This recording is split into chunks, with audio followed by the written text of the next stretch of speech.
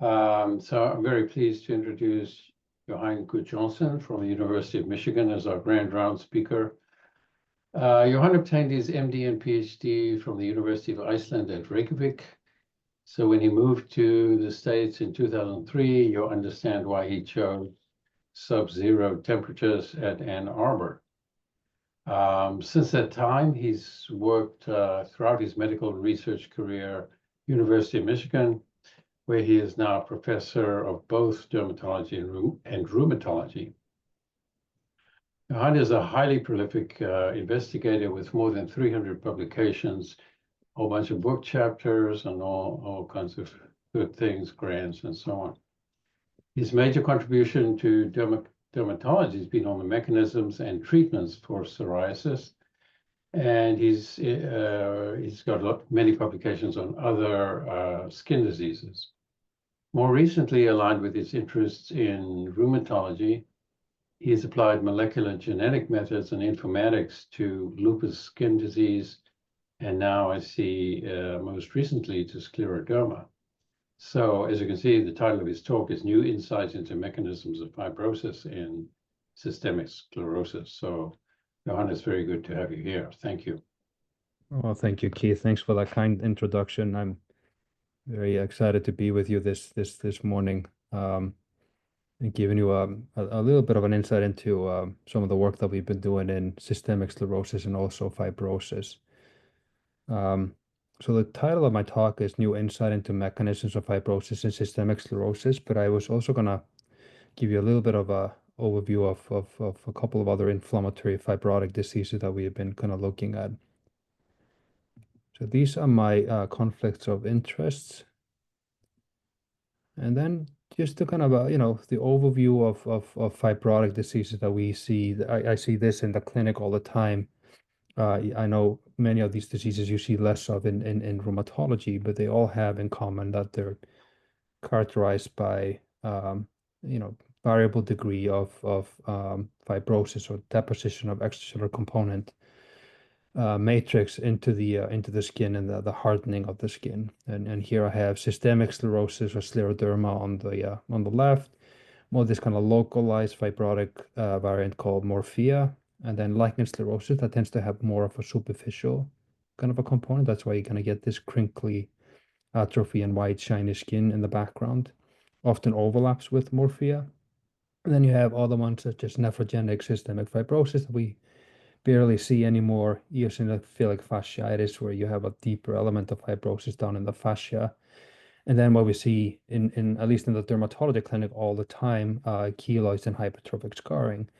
But it kind of gives you an idea how variable the fibrotic process can be in the skin and the different clinical manifestations of it, depending on what is the driver and where in the skin the fibrosis actually is happening. So we've been doing what we call like a single cell sequencing analysis. This is based on paraffin embedded formalin fixed samples, and we've been processing those for both single cell and spatial seq analysis. And this is shows you healthy control samples, just focused on the fibroblast, and then you have hypertrophic scarring, keloid scars, lichen sclerosis, morphea, post-radiation morphea, and then systemic sclerosis or scleroderma here on the bottom. And what you can appreciate from this is just looking at the fibroblast as a whole, we can really appreciate the different subsets of fibroblasts that we actually have in the skin.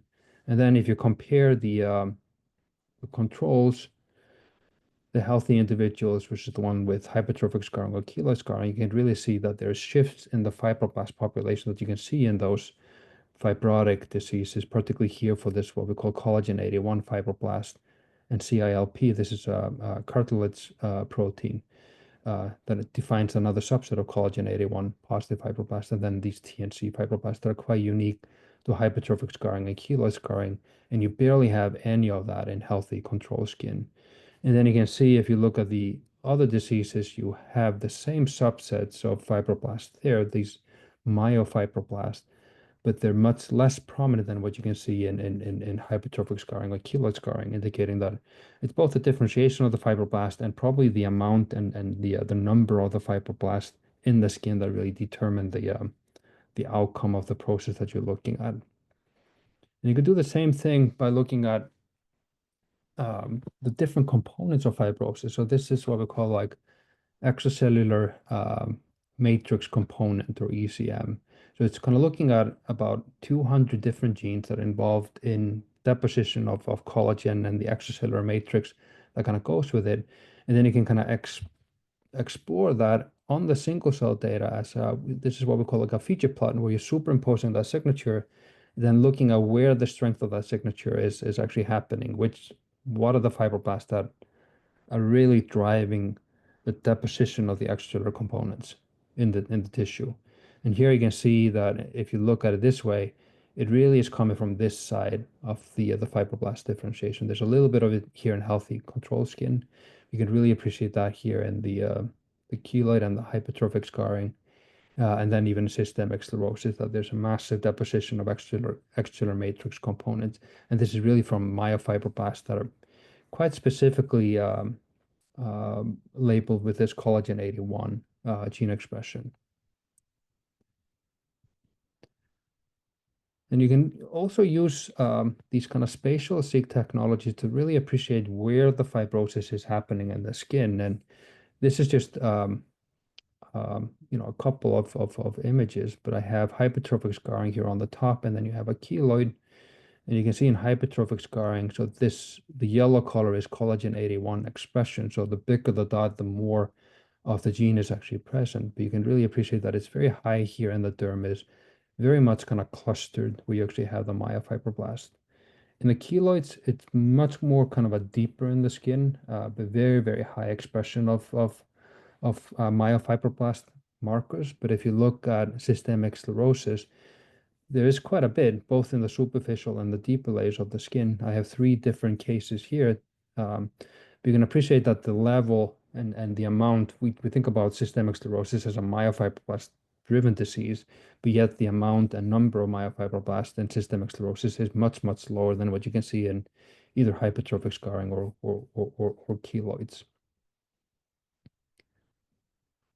So again, it really, at least for these fibrotic diseases that I showed you, including systemic sclerosis, there really is a central role of myofibroblasts in kind of driving this disease process. So the myofibroblasts are thought to derive from regular fibroblasts in the tissue, often activated by mechanical tension.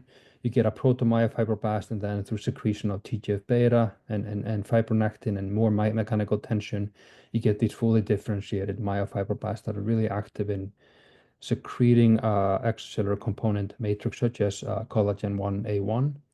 And then you can really see this extensive kind of a connection with the extracellular environment through integrin kind of a binding, and there's more mechanical tension and stretch on the fibroblast. And it's always been kind of a question mark whether this is kind of reversible, that you can get the myofibroblast to kind of de-differentiate back to a regular fibroblast state. But again, that's kind of outside the outside the focus of my talk today. But that kind of takes us, to systemic sclerosis, where we think the myofibroblasts play a key role. I know you as a group are very familiar with this disease. I think you in rheumatology actually see more of this disease than we do in dermatology.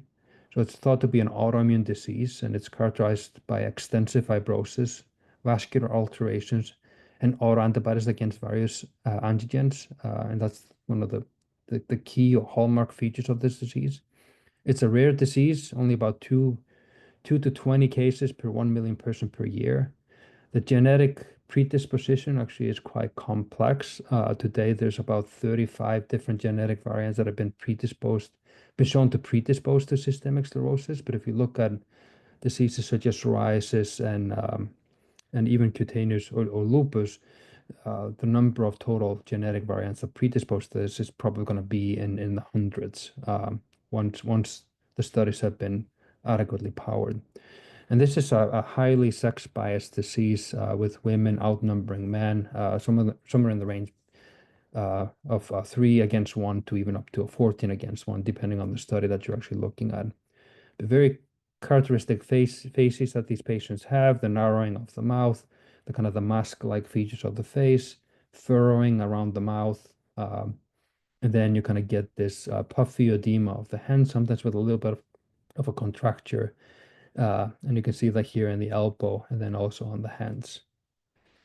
And if you look at the histology of the skin, this is really what is the classic feature of long-standing kind of burnt out systemic sclerosis. You get kind of what we call like flattening of the epidermis. You can see that these ratty pecks that you typically see in normal skin are kind of flattened. There's a little bit of a thinning of the epidermis. That's why you often kind of get this kind of a crinkling of the skin in these patients, particularly when the fibrosis starts to kind of soften up. And then you get this very dense deposition of type 1 collagen, kind of pushing out all the structures of the skin, including hair follicles and other adnexal sweat glands, acrine glands, and with some scattered kind of inflammatory infiltrate, often in a perivascular distribution.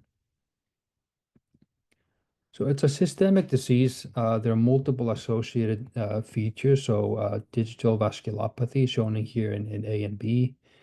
Can often lead to autoamputation. There's a gastrointestinal features associated with systemic sclerosis, including the watermelon stomach. Lung issues such as interstitial lung fibrosis, interstitial lung disease is quite common. Pulmonary hypertension can be seen. You can get cardiac fibrosis, renal involvement. You get extensive contractures, sometimes calcinosis or calcifications in the skin. And then you can also get acro-osteolysis. So overall, a devastating disease, often with prognosis that is no better than what you can see with many malignancies or aggressive malignancies. So just to kind of go back, to the pathogenesis of systemic sclerosis. This is a hugely simplified kind of pathogenic kind of outline of the disease. That was published in 2017, but I think it kind of captures it really well. You really think of B cell activation kind of being key in the disease process, particularly autoantibody formation. And you have anti-endothelial cell autoantibodies, and you also have ones that are targeted against the inflammatory infiltrate.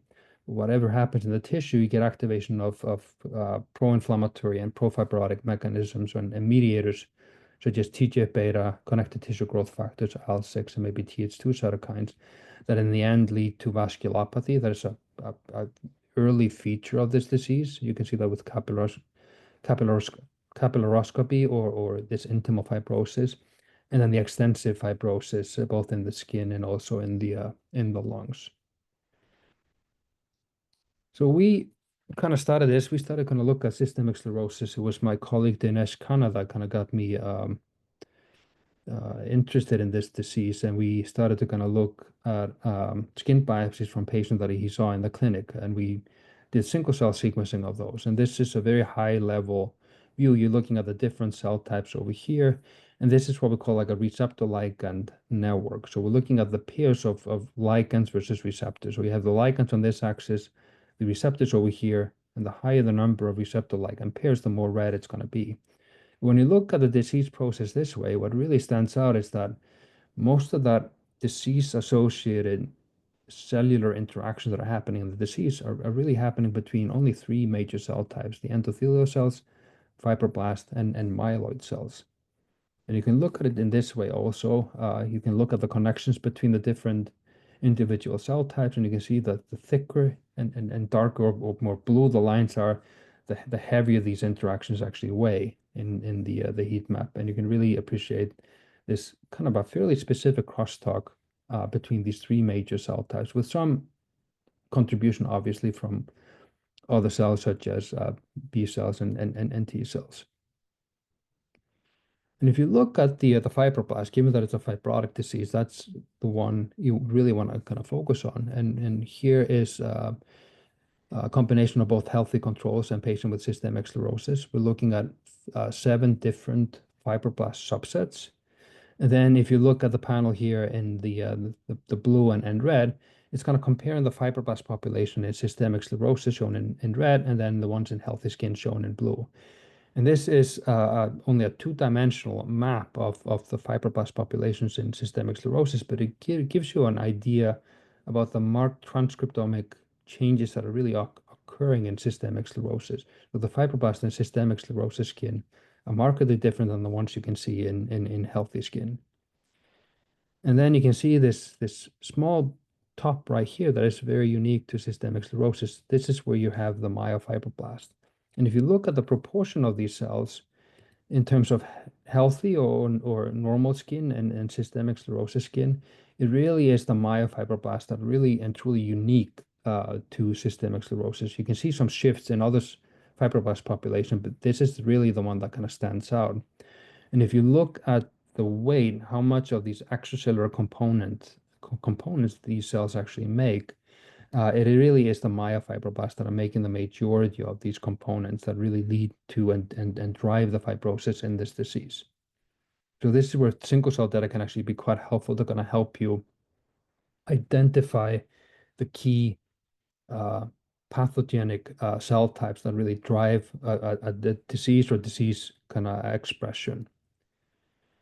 You can use spatial. This is using this is the old Visium platform, which is a low resolution platform, but still can be quite useful. So here we have samples from 4 individual patients, and we're looking at collagen 1A1 expression, the ECM score, the matrix components that are being made and expressed. And then we're looking at 2 different fibroblast subsets, the SFRB2 positive fibroblast and the collagen 81 fibroblast.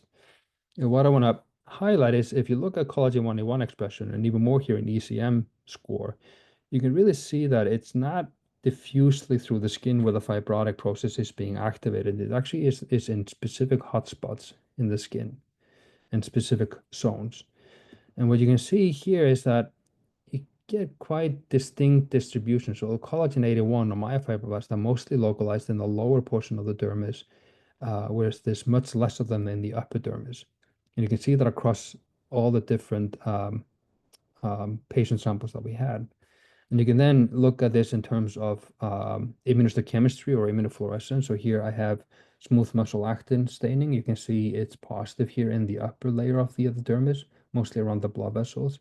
And here in the deeper layers, particularly right next to the subcutaneous adipose tissue, you can really appreciate that there's fairly diffuse staining in between the collagen bundles in the skin. And here they're going to look at it with immunofluorescence. It highlighted a little bit better. Here you have healthy control skin, both the upper and the deeper dermis. And then here in systemic sclerosis, you have this very marked smooth muscle actin staining around the blood vessels, and much more widespread and diffuse in the deeper dermis, aligning with the myofibroblast signature that we have here.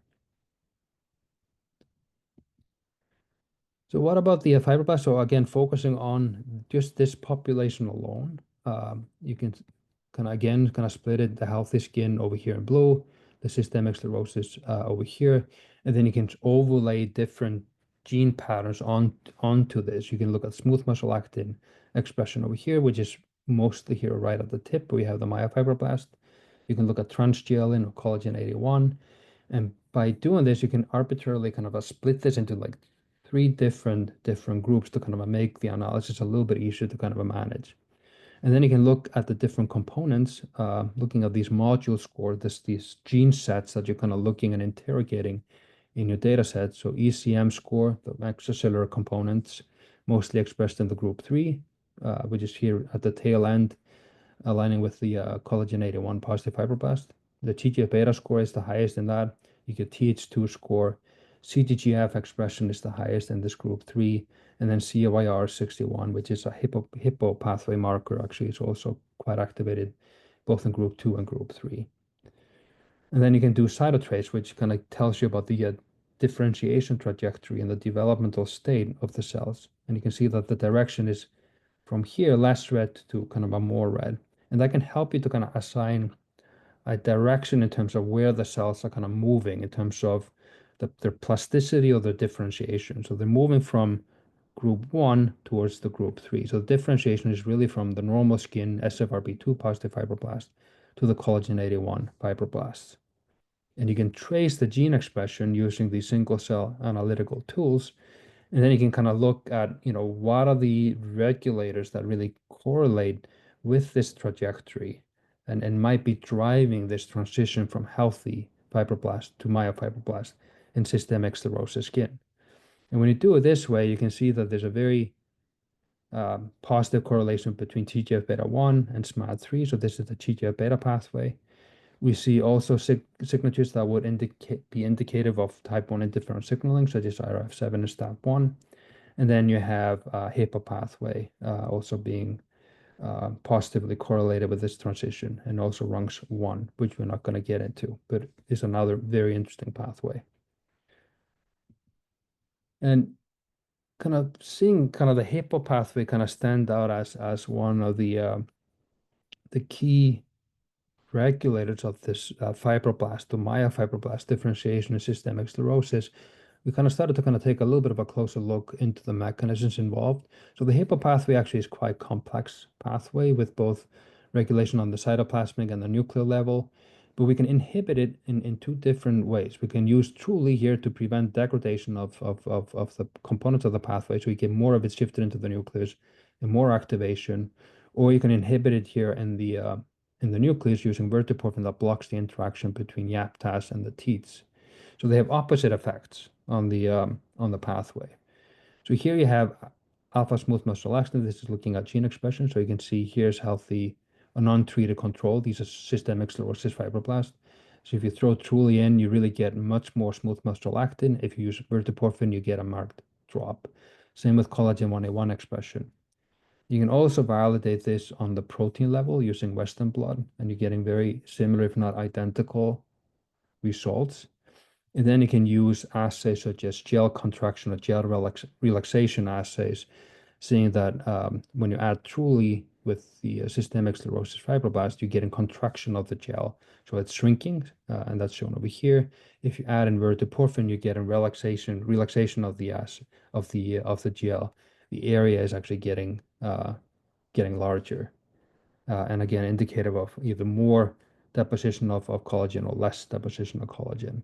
And then you can look at it in terms of it effects on fibroblast growth. So here's looking at the confluent and the confluence.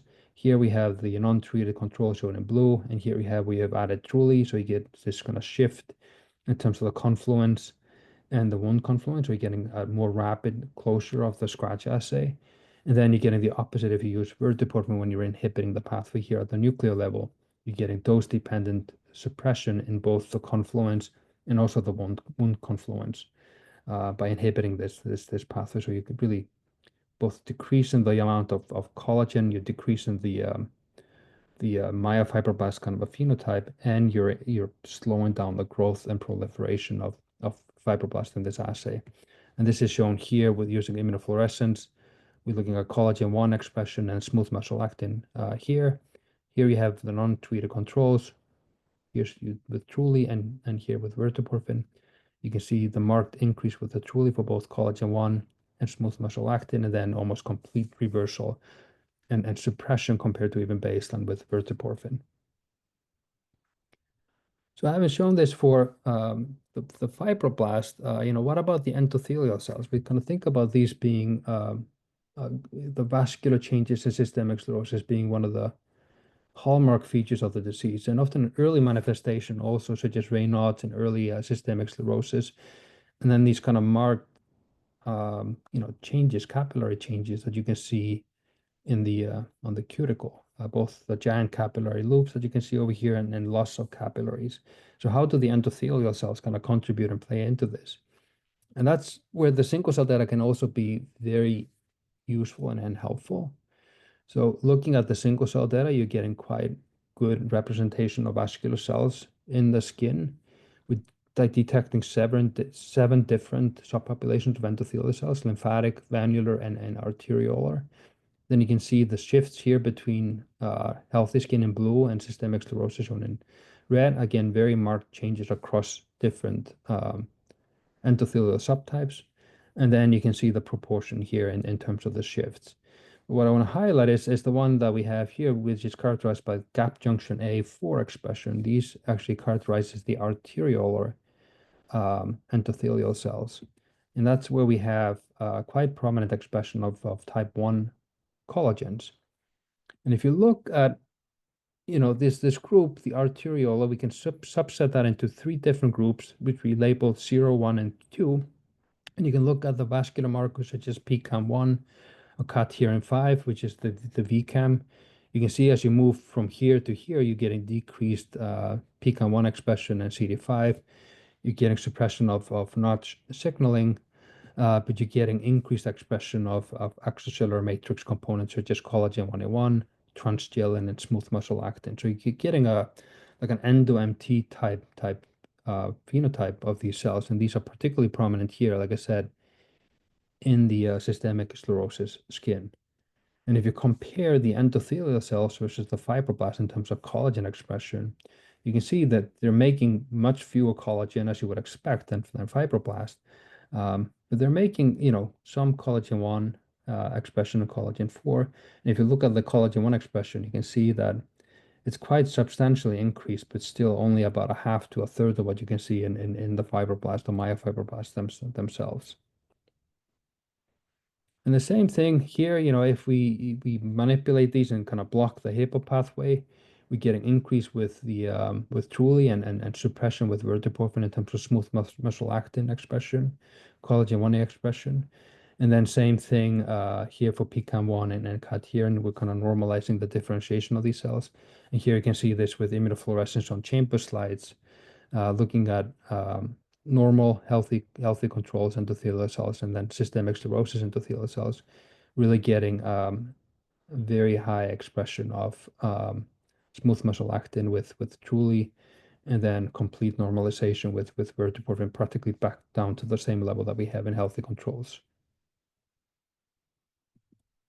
So in a way, if we look at the pathways that are really driving both the fibroblast and myofibroblast differentiation in this endothelial cells, so these endo-MTs, the ones that are really producing and contributing to the type 1 collagen expression in the skin, you can really see very interesting patterns. So we here looking at the correlation coefficient. So if you look at the ones that are shared between both the endothelial cells and the myofibroblast, it's TGF-beta that is really standing out. We see interferon response, but we only see that in the myofibroblast. And then we have the HIPPO pathway that really kind of cross sections and involves both cell types. And if you look more closely here, we have the cell-cell interaction network, but looking at multiple different immune cell subtypes. So if you look at the two nodes that are really most active in the crosstalk in systemic sclerosis skin, you can see the endo-MTs or the EC2 components are very prominent. The same with the myofibroblast, really driving a lot of those cell-cell interactions that are activated in systemic sclerosis skin. And then you can look at it more complex way like this, looking at the endothelial and the fibroblast subsets in terms of different pro-fibrotic mediators, and then the expression of the different receptors on those same cells. But you can really appreciate the EC2s, the endo-MTs are really standing out in terms of producing and secreting a lot of these pro-fibrotic agents, maybe less so than the myofibroblast. But some of the pathways that are really kind of cross-cutting and really showing up quite prominently are pathways such as IL-1, the TGF-beta, TGF-beta3, the PGGF pathways, and also IL-6, amongst other, kind of highlighting multiple different, what looks like downstream mechanisms involved in this particular crosstalk that stands out. So one thing that I want to kind of briefly touch upon is actually, how can we validate this and what kind of a model systems can be used. So this is a system that we have actually been using quite a lot in the lab. So we take skin biopsy, usually 4 to 6 millimeter thick, here shown for systemic sclerosis. And this is our kind of a single cell processing. We usually digest and incubate the samples overnight, and then harvest them next day for single cell sequencing. But this allows us to kind of incubate the biopsy or a fraction of the biopsy with or without specific inhibitors, and then collect them the next day for single cell sequencing. And when we do that, we can do this kind of a comparative type analysis. So here we have vehicle control. So this is all from the same individual. This is N of 3. So you can get a lot of power with fairly limited number of individuals. So we have vehicle control, and then we have 3 HIPPO modulators here, the Truly, the MGH, CP1, and then verteporfin. And you can then look at the individual cell subtypes and see how your drugs are actually affecting it. And then look at the cell proportions. And what I want to highlight, if you look at the myofibroblasts here that are quite prominent in these conditions, they're almost absent in the verteporfin itself compared to the other ones. And there's also decrease in the endothelial cells. You can look and see if this assay actually is affecting fibroblast growth or myofibroblast differentiation. And here you can see verteporfin is really kind of shutting that down without killing the fibroblast. And then you can look at the expression, in vehicle versus active treatment in specific subtypes of cells in the data set, such as parasites, M1-like macrophages, or myofibroblasts. And then you can take the genes that are downregulated by the treatment in each individual cell type, and then you can kind of go back and look at bulk RNA-seq data and see if the ones that are really being shut down kind of overlap with specific disease signatures in the skin. And you can see the ones that are suppressing in the fibroblast are really the ones that are known or have been described to be involved in systemic sclerosis. So again, seems to be a fairly disease-specific signature that we are reproducing. And this also allows you to kind of look at it more globally. Again, this is receptor-ligand interactions. So we have the ligands over here, the receptors over here. We're looking at the specific receptor-ligand pairs. This is the disease-specific network that you have in the vehicle control. And then you can see how your drug is really, in a way, subtracting out interactions in the disease itself. So you can see verteporfin is really creating these overall suppression, but really eliminating these interactions between myofibroblast in the disease data set. And then you can look at the ones that are reduced by verteporfin, and then the ones that are reduced by other inhibitors of the same pathway.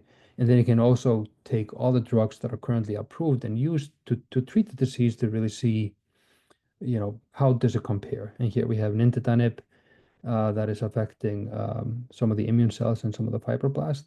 And then mycophenolate that also is suppressing TREM2 macrophages, but also some of the postcapillary endothelial cells and the myofibroblasts. So again, it allows you to kind of do a comparative type analysis to see how new treatments going to compare to the ones that are already out there in clinical use.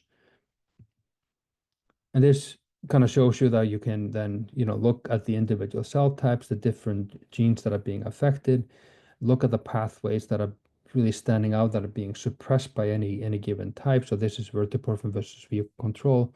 So really suppressing in endothelial cells, fibroblast and myofibroblast, signaling downstream of beta-1 integrin, IL-6 mediated signaling events, and the PTGF.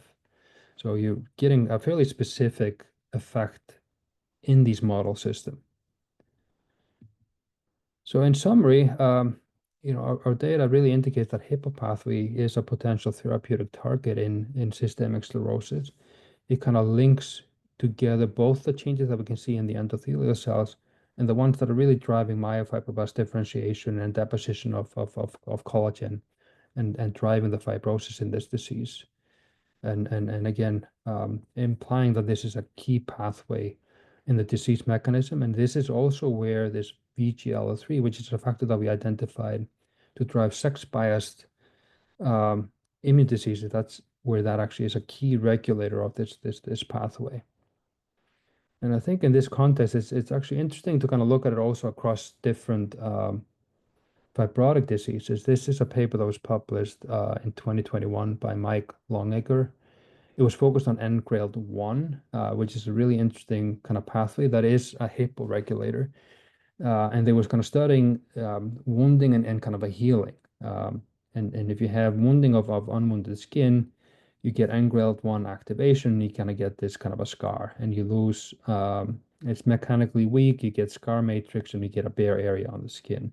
If you block NGREL activation, you get complete normalization, you get normal wound healing. Well, better than normal wound healing because you get absolutely no scar, and you get regrowth of the adnexal structures such as the hair follicles, the more the basket weave matrix, the loose matrix that you can see in the dermis. It's mechanically robust, and this kind of shows you it's kind of like a scarless healing that you can get. And it really is the verteporfin, the HIPA pathway blocker, that is really driving this in terms of enabling like fibrosis-free healing, and shown here also on hair-bearing area, where if you use the verteporfin, you completely bare here where you have the scar formation, but if you have the verteporfin, you're actually getting regrowth of the hair and restoration of the normal function of the skin. So that kind of concludes my talk. So in summary, I hope I've kind of shown you that systemic sclerosis is a complex, devastating autoimmune disease of the skin that is characterized by a combination of both vascular dysfunction and fibrosis. So the cellular crosstalk in systemic sclerosis skin is driven by three cell types: myeloid, endothelial cells, and fibroblasts. And both fibroblasts and the blood vessel cells are dual source of collagen in systemic sclerosis skin. So that's really responsible for this, both the features of the disease and also where the fibrosis is happening. And it's really the HIPA pathway that is driving this transition in both cell types, and represents a novel therapeutic pathway to prevent and possibly reverse fibrosis in systemic sclerosis. And this regulator, the HIPA pathway regulator that I mentioned before, this VGL3, may also help to provide a link to the sex bias that we see in systemic sclerosis. So before I end, I just want to acknowledge many of my colleagues at Michigan, and many of my lab members that have really kind of contributed to this work. In particular, Dinesh Khanna, John Varka, and Elisa Su, that have really been instrumental in driving this, and also my close collaborator and colleague, Michelle Kallenberg. And then last but not least, I also want to acknowledge many of the funding sources that I've had over the years that have really helped me to kind of drive the work in my lab forward. So thank you all for listening, and I'm happy to take questions. Thank you, Johann, for a tour de force. I'll just start while people are putting their questions in Q&A. So you really highlighted the HIPA pathway, and the data is very convincing. So I just wondered, what do you think is upstream of that? And are there any mutations or variants, genetic variants in scleroderma patients in genes controlling the pathway? Yeah, great questions. The HIPA pathway is kind of involved in almost everything. That's it's a very highly evolutionary conserved pathway that kind of integrates and modulates multiple different signals. But it also is kind of a key pathway downstream of cell surface integrants, and it also engages and is active in TGF-beta SMAD pathway. So it modulates that, and then it also has some roles in regulating like sex hormone pathways, such as the estrogen pathway. So in a way, it neatly fits right underneath that kind of the mechanical tension, the TGF-beta kind of a signaling, and I think that's probably a major part why we're seeing such a robust response in the model system that we had. But it also kind of provides an opportunity for it to kind of integrate and involve in multiple other kind of signals into the mechanism, and that's where we think the sex bias kind of fits in as a regulator of this particular pathway. In terms of the genetics, again, we're kind of restricted that by the fairly low number of genetic risk variants that are known to predispose to systemic sclerosis. It's only about 30 something. In comparison, as I said, like for IBD and psoriasis and even lupus, we're talking about somewhere between 150 to 250 genetic risk loci. So I think the genetics of systemic sclerosis are still very much underexplored or unexplored, and that needs to change. But so far, none of the ones that have been identified really contribute or seem to connect directly to the HIPA pathway, as far as I can recall. Great, thank you. So do you want to look at the Q&A, or should I read the questions? Okay, well, okay, so Thomas Musterlin is asking you, could verteporfin or derivative be used to treat scleroderma patients? So are there are there variants of that drugs that can be used in humans, I guess? Yeah, it's possible. It actually is a drug that has been used in the past for a subtype of macular degeneration. And it was kind of given to kind of treat that. So you can think about that, that maybe that's more like an endo-MT type phenotype that happens in the eyes.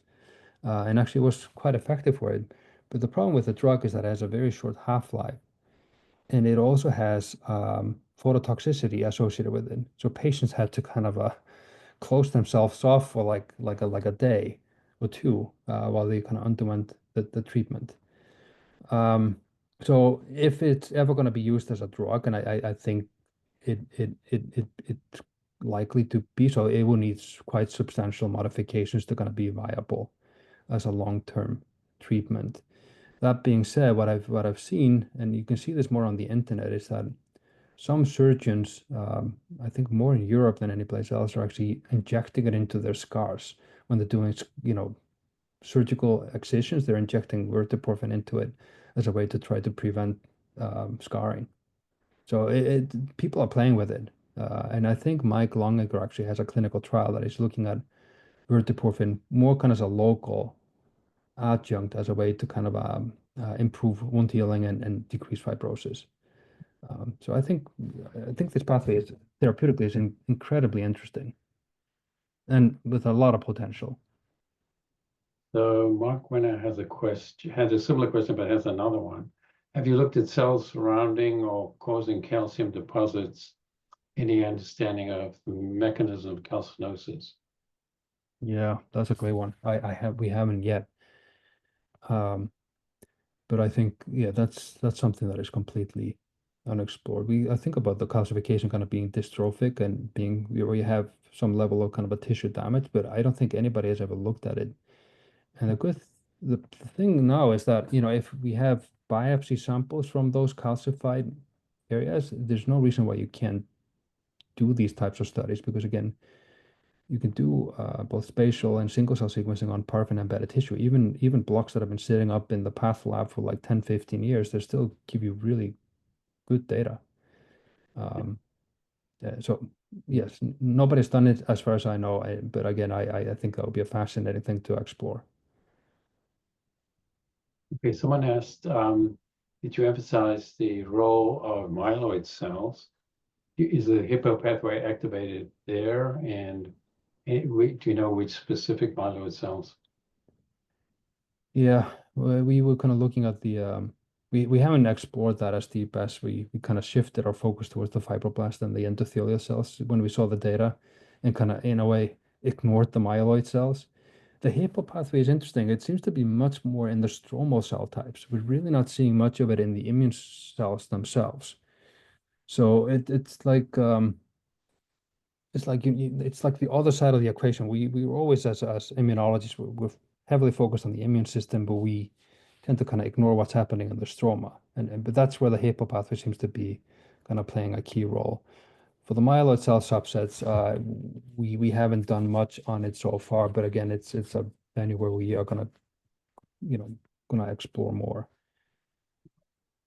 So Bobby Hahn has been waiting.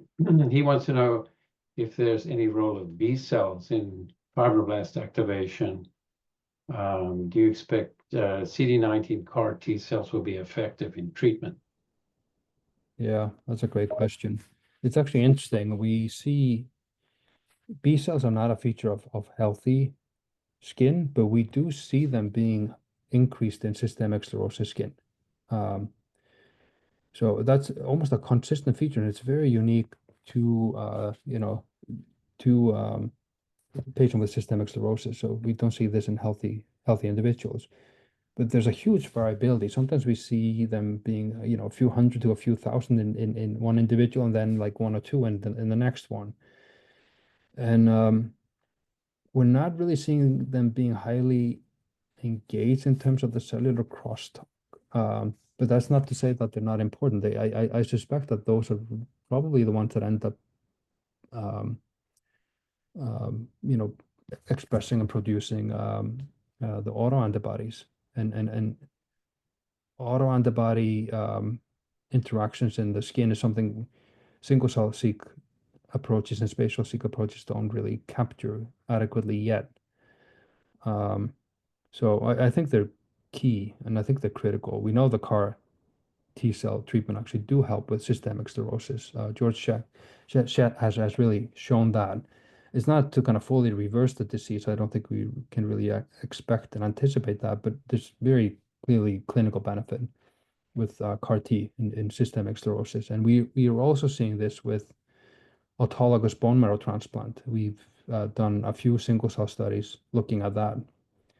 And we're seeing a fairly marked effect on the disease process itself. We have some CAR T studies ongoing here at Michigan, and we are doing single cell studies on both the skin draining lymph nodes and the blood, but we don't have any data or results from that yet. But I think we all think it's going to work. Right. So I guess there's a related question again from Thomas asking whether you think the autoantigens are driving, I guess, myofibroblast differentiation. I guess that's the question. It's a great question. We don't know, and that's like the thing. We don't know if these autoantibodies are, primary driver of the disease or like an auto phenomena. I think that's been a very difficult thing to address in systemic sclerosis and how exactly they fit in. So my simple answer, I don't know. Question from Ken Jackman: does nintedanib affect the Hippo pathway? Okay, what was the question, Keith? Sorry. Does nintedanib affect the Hippo pathway? No, not based on what we have seen. That's more like I think the kinase inhibitor, fairly broad and non-specific one. And the kinase pathways, for sure they will have some overlap with the Hippo pathway, but again, we're not really seeing much of an overlap in our model systems and our data with Hippo pathway inhibition and nintedanib. Gordon's talking about, I had a question, but it's also on autoantibodies, and I think you kind of addressed that. Then there's another question here. Is the collagen produced by endothelial cells chemically and biologically the same as that produced by fibroblasts? I think you had a slide on that, but maybe you could talk a little more about that. And, could there be differences in cross-linking, maturity, or other factors? Yeah, that's a great question. That's kind of more, the mechanical aspects of type 1 collagen production. My guess would be probably yes. We get different kind of components, and even we use collagen 8A1 as a marker of these cells, but it also is a protein that gets secreted and actually helps to organize the extracellular matrix. So I think, and if you look at the histologically, the bundles in fibrosis and systemic sclerosis are different than what you can see in normal skin. They're much thicker. They're much more eosinophilic. So they stand out. So I think they're not exactly the same qualitatively as the ones that are produced under normal circumstances, or at least not in healthy skin. But again, there's also quite substantial overlap with what's happening in wound healing. But I think in these fibrotic diseases, it's all exaggerated. Okay, so this person also asked an interesting related question as to whether the collagens differ around blood vessels. I mean, can you actually spatially relate it to the abnormalities of the endothelial cells and different types of collagen around them? Yeah, we haven't tried that. That's a really good point. Yes, you can see that maybe a little bit on trichrome that there might be a little bit of a more collagen around the blood vessels, and the intimal thickening that you see in this disease is there, but that's probably more proliferation than just fibrosis. So that's an aspect that I don't think anyone has really addressed, but it could be very interesting. I think that, let's see, one more question here. Are you also looking at lung biopsies in IPF versus autoimmune ILD? Yeah, we have looked at those. We generated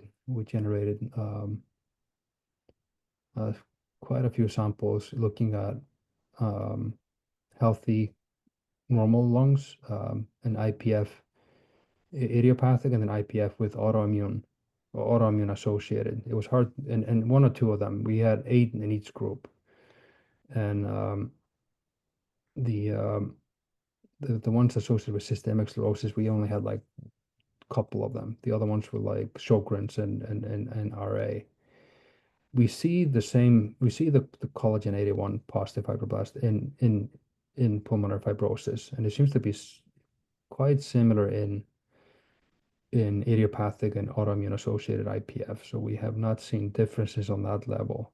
And overall, the IPF idiopathic versus autoimmune associated seems to be quite similar. That being said, it's very, very early, but we're seeing the same fibroblast activation, fibroblast subsets.